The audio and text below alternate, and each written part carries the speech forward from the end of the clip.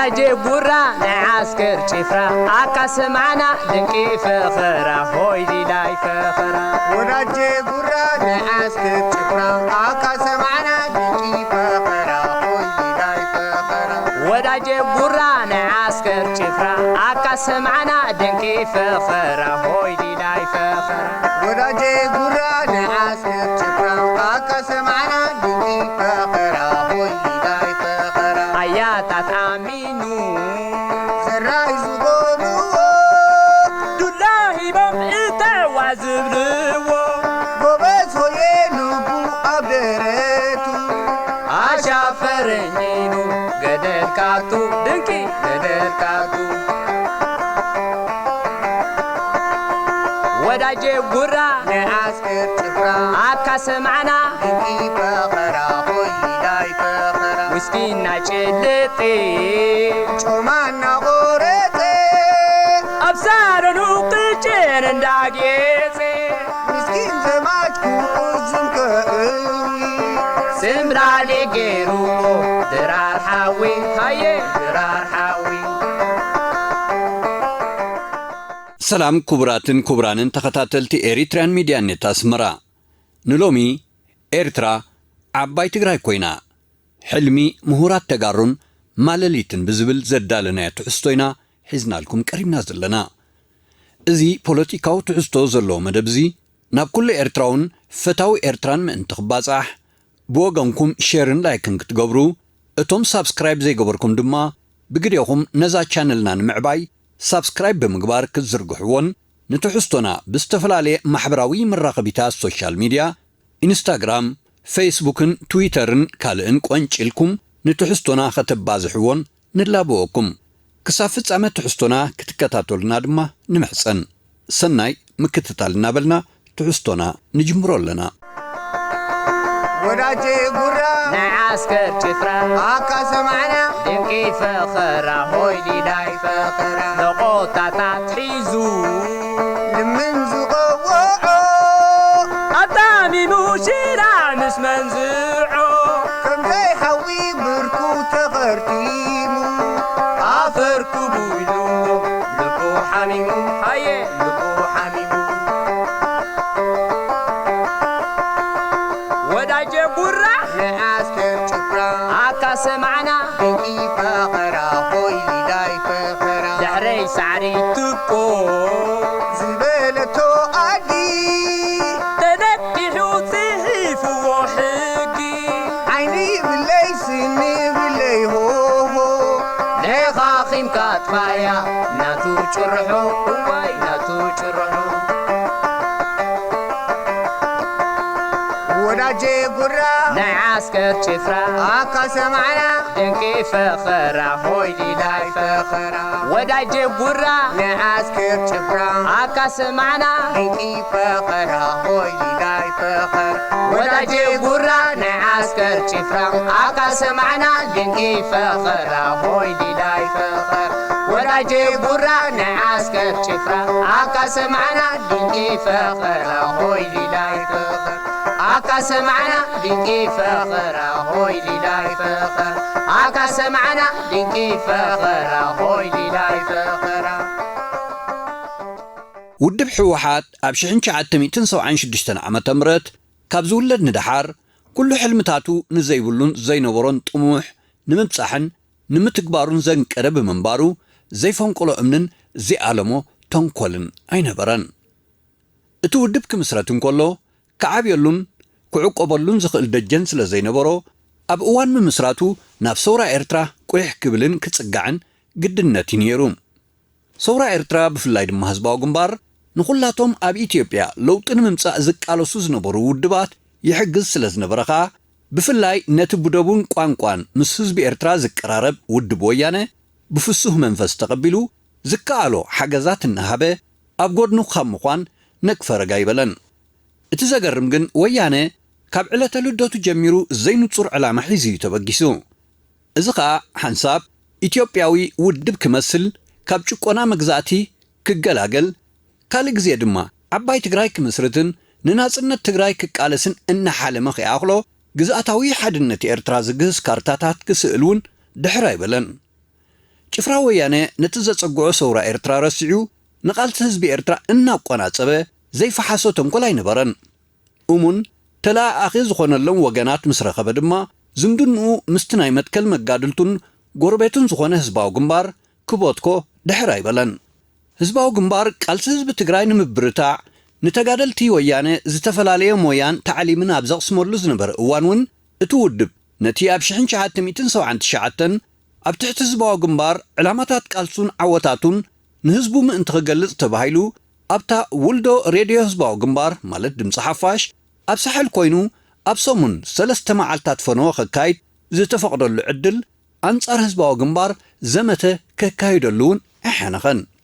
ውድብ ህዝባዊ ግንባር ሓርነት ኤርትራ ግን ኣብ ደረጃ ወያነ ወሪዱ ካብቲ ዝተዋህቦም ናይ ፈነወ ዕድል ኣይነፈጎምን ክሳብ መወዳእታ ዝምድኑ ምስ ህዝባዊ ግንባር በዓሉ ወያነ ብወግዒ ዝበትኽ ድማ ዕሽሽ በሎም ብነፍሰ ምትሓዝ ዝማስን ኣካል ኩሉ ግዜ ዝወሃቡ ሓገዝ ስለ ዘሕፍሮ ከምቲ ክንዲ ዘኸለስኩስ ኢደይ ተነኸስኩ ዝብል ምስላ ኣብዚ ጥቓ ዕርበቱ ወያነ ህዝባዊ ግንባር ከም ዝሓገዞ ዘይኮነ ንሱ ንህዝባዊ ግንባር ይሕግዝ ከም ዝነበረ ክገልጽ ክስማዕ እንከሎ ካብ ምንዓቕ ሓሊፍካ ካልእ ትርጉም ዝወሃቦ ይኮነን ስእልታት ሰማዕታትን ህልዋትን ተጋደልቲ ኤርትራ ገሊኡ ዋናታቱ ብሂወት እንከለዉ ከይተረፈ ኣብ መራኸቢ ብዙሃን ናይ ጭፍራ ክፍኖ እንከሎ ነቶም ሓንቲ ዘይፈልጡ ዕሸላት ደቂ ትግራይ ዘይናቶም ታሪኽ ናቶም ክመስሎም ይኽእል ይኸውን እዩ ብሰንኪ ናይ ሓሶት ታሪኽ ንመጻኢ ወለዶታት ትግራይ ኣብ ሓደጋ ዘእቱ ምድንጋር ዝፈጥርን እቲ ጭፍራ ኣብ 70ታትን 80ታትን ንዝተቓለሰሉ ዕላማን ታሪኽን ዘህስስ ምዃኑ ግን ክርሳዕ የብሉን ንኣብነት ሓደ ግዜ ኣብ ሞስኮ ቴሌቪዥን ናይዚ ጭፍራ ነቲ ዓለም ብዓለሙ ዝፈልጦ ተፈላጥነትን ጥንታውነትን ምጅማር ቅድድም ብሽክለታ ናይ ኤርትራ ንምህሳስ ተባሂሉ ያኢ ኣብ ኣፍሪቃ ቅድድም ብሽክለታ ኣብ ትግራይ ተጀሚሩ ክብሉ እንከለዉ ዘይገረሞ ይነበረን መራሕቲ ወያነ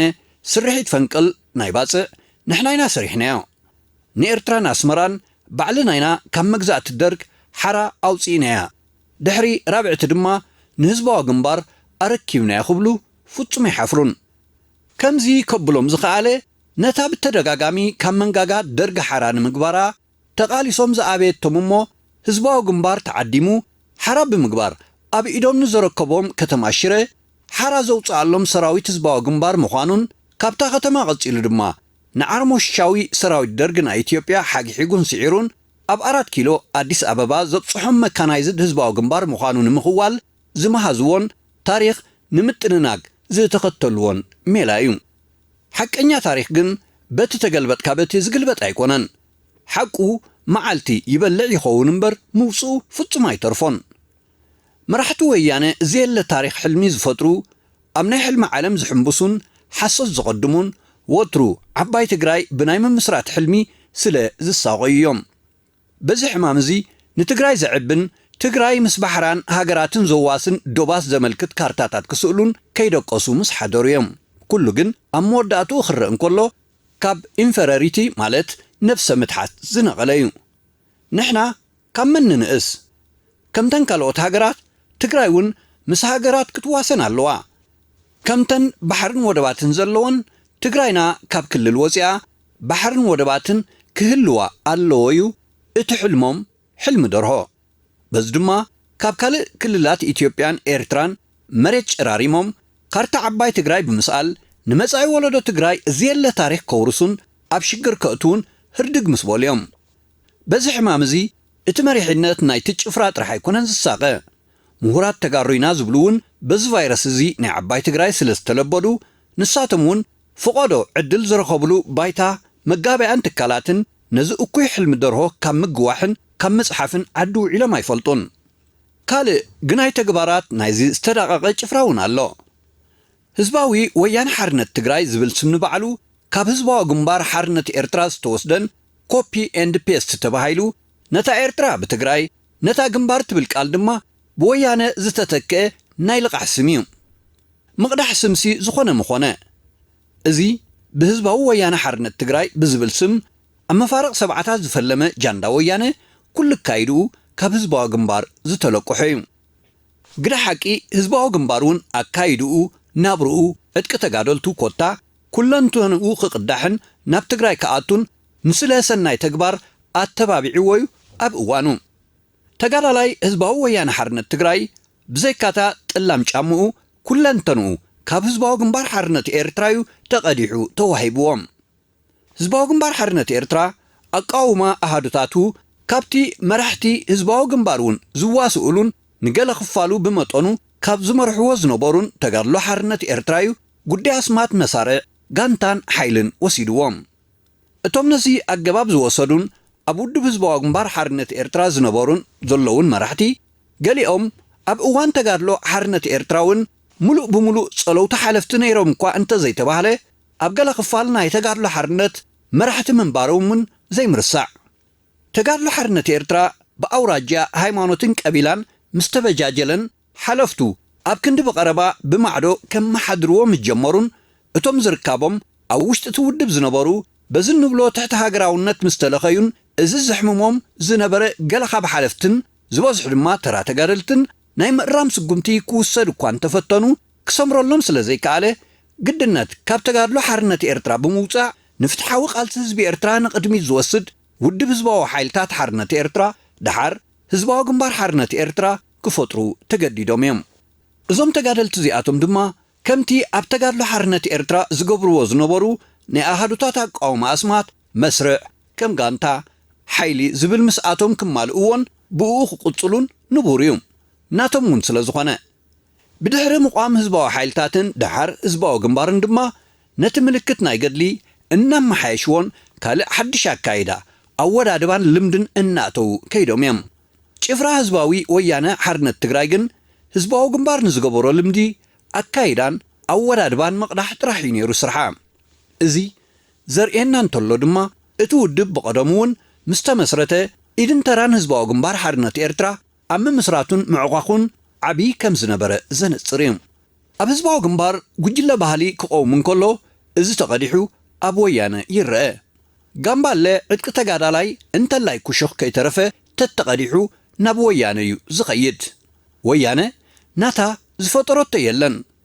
ኣብ ጉዳይ ደጀን ቤት ትምህርቲ ሰውራ ቀያሕቲ ዕምባባ ምቋም ደጀናት ዋላ እውን ኮድ ናይ ውግእ ከይተረፈ ኩሉ ካብ ህዝባዊ ግንባር እዩ ዝቕዳሕ ዝነበረ ተጋዳላይ ህዝባዊ ግንባር ንታንክ ጸላኢ ጎብየ ንብዙሓት ወተሃደራት ጸላኢ ጻጸ ወዘተ ብምባል ኣብ ሬድዮታት ርክቡ ክገልጾም እንከሎ ጭፍራ ወያነ እውን ካብዚኣ እዩ ዝመሃር ምኽንያቱ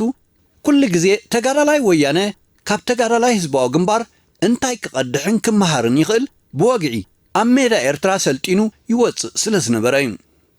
ብዝኾነ ህዝባዊ ግንባር መሃዚ ክኸውን እንከሎ ህዝባዊ ወያነ ሓርነት ትግራይ ድማ ነቲ ዝተመሃዘ ኮፒ ኤንድ ፔስት ብምግባር ናብ ውድቡ ምትእትታዊ ነይሩ ስርሑ ናብቲ ቀንዲ ጉዳይና ክንምለስ ኩሉ ንጥፈታት ክሳብ ልዕሊ 40 ዓመታት ዝኸይድ ንሃገረ ትግራይ ክዕብያ ዝኽእል ዝተፈላለየ ካብ ሕድሕዱ ዝተረሓሓቐ ካርታታት ስኢሉን ዘርጊሑን እዩ እዚ ጭፍራ ወያነ ሓንሳብ ንደቡብን ደቡባዊ ምዕራብን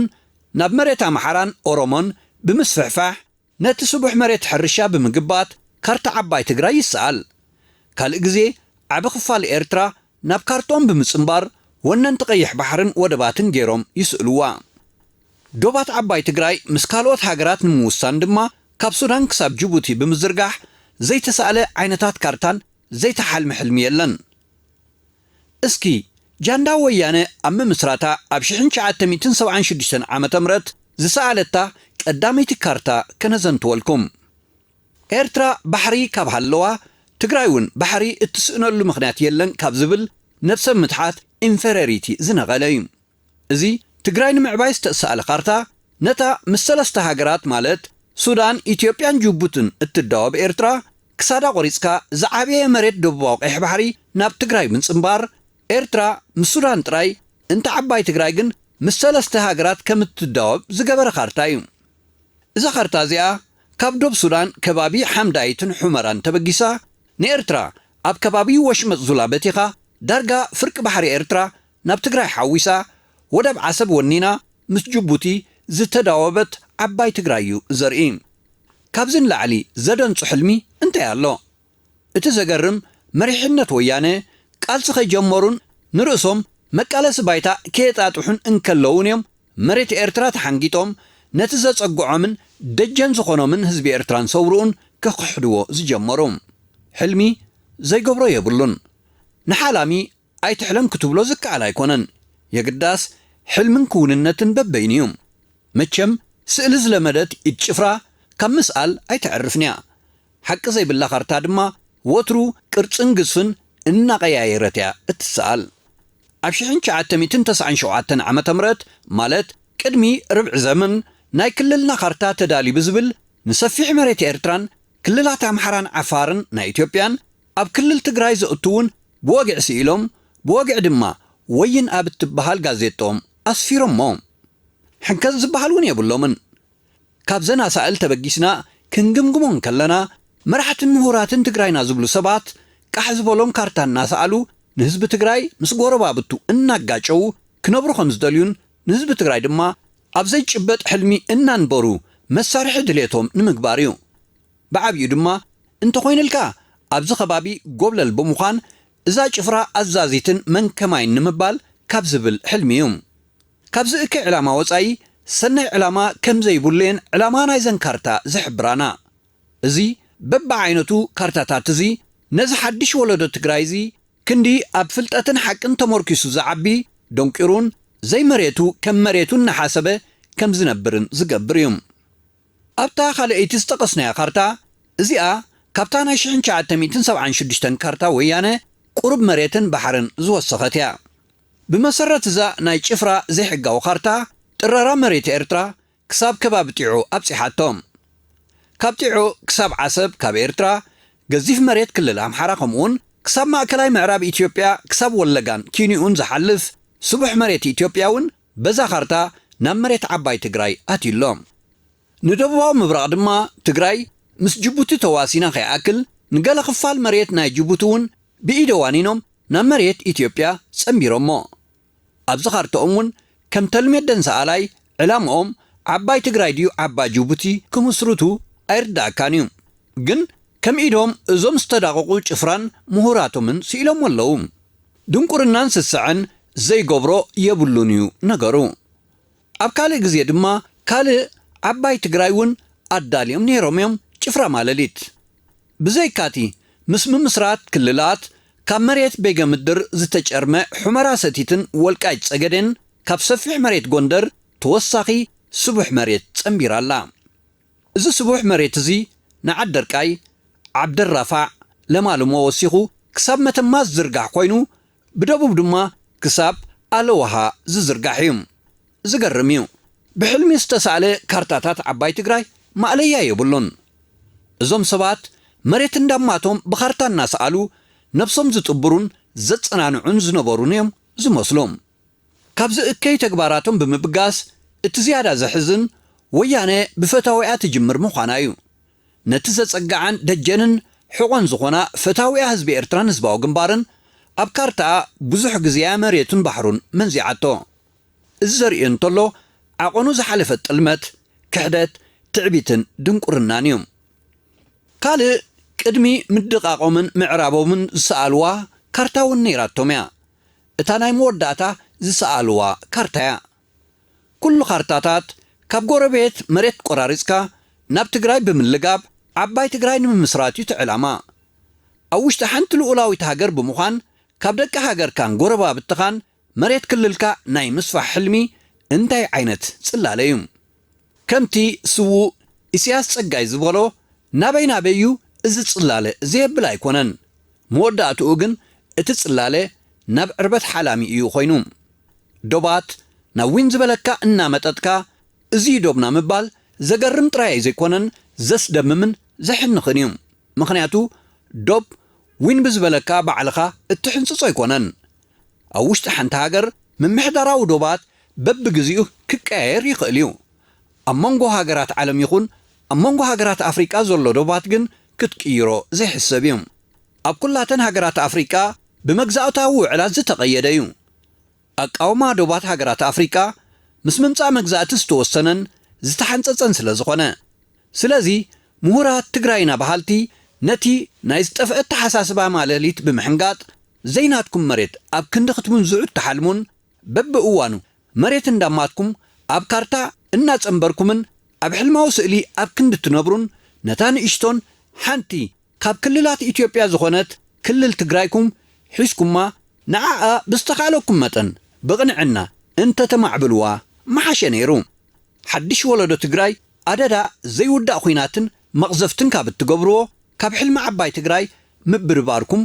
እዋናዊ እሞ ተበራበሩ። ምኽንያቱ ነታ ክትግበር ዘይትኽእል ናይ ሕልሚ ዓባይ ትግራይ ክትብሉ ነታ ዘላትኩም ንእሽቶ ክልል ትግራይ ከይትስእንዋ። ህዝብኹም ህዝቢ ትግራይ ወሪድዎ ዘሎ መቕዘፍትን መከራን ይኣኽሎ እዩ። ንስለ ሕልምኹም ሕልሚ ዓባይ ትግራይ ልዕሊ 600,000 መንእሰይ ትግራይ ኣብ ኩናት ሓሊቑሎም። ክንድኡ ዝኸውን ካልእ ድማ ብሰንኪ ኩናት ዘስዓቦ ምምዝባል ጥሜትን ዝርፋን ህይወቱ ስኢን እዩ። ሕጂ ኸ እንታይ ክትደግሙ? ንስለ ሕልሚ ዓባይ ትግራይ ኢልኩም ነቲ ዝተረፈ ወለዶ ኣይተጽንትዎ ምሁራት ትግራይና ባህልቲ ኣብ ወጻኢ እትነብሩ ተጋሩ። እንተዘይኮነ ትግራይ ትበሃል ክልልን ህዝባን ነበረያ ነበረ ከይትገብርዋ። ሓንትን ናይ መወዳእታን ዕድል ጥራሕያ ተሪፋትኩም ዘላ ተጠቐሙላ።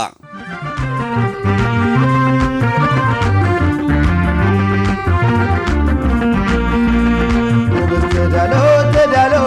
እምናይ ትማልከም ዓንትበው ሰላም ደይደሊ ቦሎ ቦሎ ኣራሽሽ ኣብሎ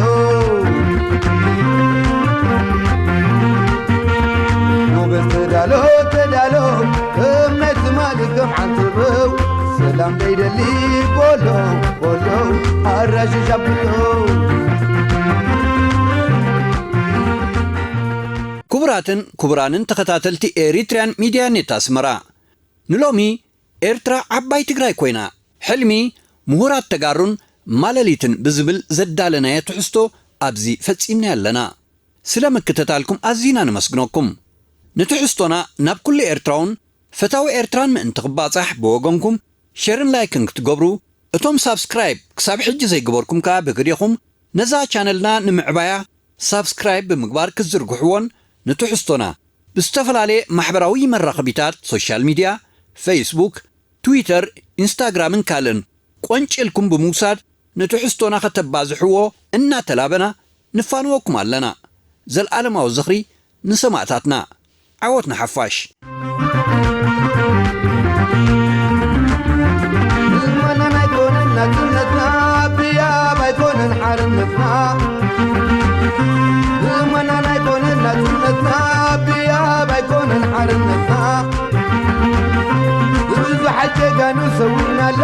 ዶባ ንኸይድፈር ምሒልና ኣላ ዝመናና ይኮነን ናጽነትና ብያ ባይኮነን ሓርነትና ዝመናና ይኮነን ናጽነትና ብያ ባይኮነን ሓርነትና ብዙሓት ጀጋኑ ናውዲቕና ኣላ ዶባ ንኸይድፈር ከሪብና ኣላ ትዛወይ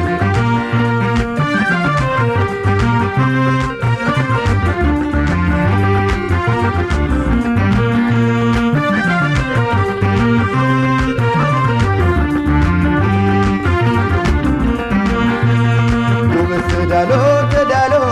እምናይ ትማልከም ዓንትበው ሰላም ደይደሊ ቦሎ ቦሎ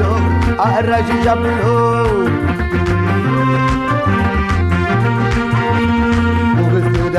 ተዳሎ እምናይ ትማልከም ዓንትበው ሰላም ደይደሊ ቦሎ ቦሎ ኣራሽሽ ኣብሎ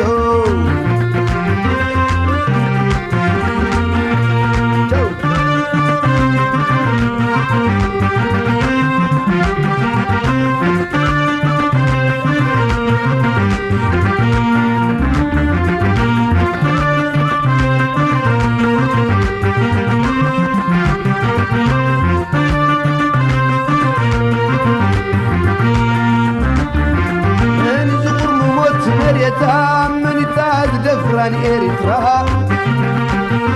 من يزور موت مريتا من يتاز دفران إريترا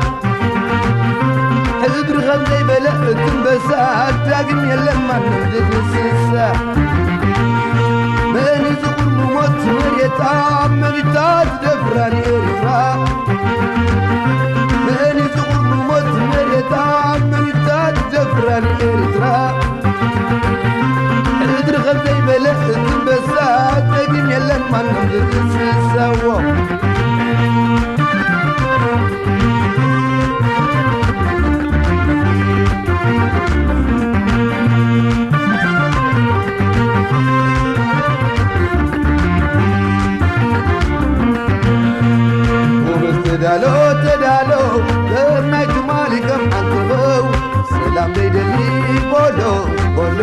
الرش جنبلو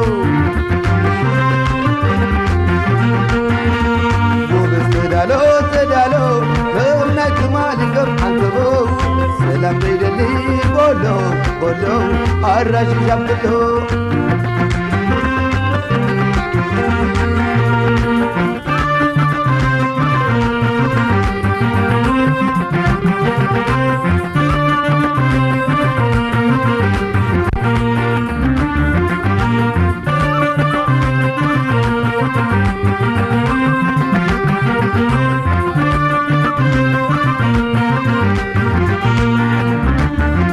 عالم كله في بحرنا كم زين دلف انداماتنا عالم كله في بحرنا كم زين دلف انداماتنا شكر سبب انت تاويرنا نزمت كونت مكتنا عالم كله في بحرنا كم زين دلف انداماتنا عالم كله في بحرنا كم زين دلف انداماتنا شكر سبب انت تاويرنا نزمت كونت مكتنا وي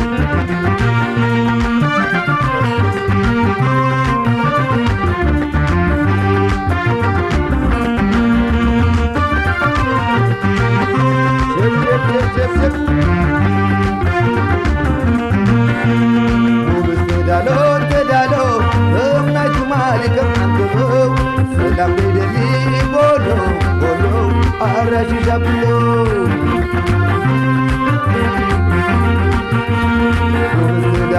تدالو بمنك مالكم عنكبو سلام بيدلي بولو الرش جنبلو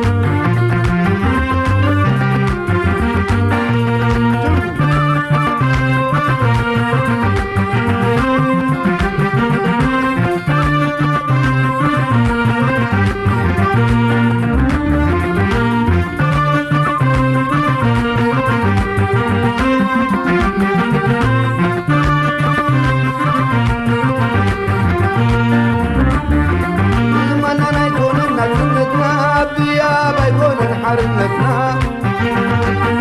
بزماننا يكون الناس سنتنا بيا بيكون حرنتنا بزو حتى قانونا ولدنا لا توبان غير فرحنا لا بزماننا يكون الناس سنتنا بيا بيكون حرنتنا بزماننا يكون الناس سنتنا بيا بيكون حرنتنا حتى يحتنا ولدنا لا دوبان غير فرحنا لا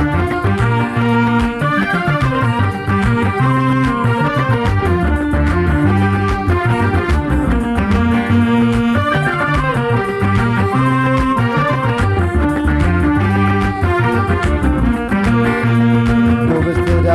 تدالو امك مالكم عنكبو سلام بيدلي بولو الرش جنبلو سلام بيدلي بولو الرش جنبلو سلام بيدلي بولو الرش جنبلو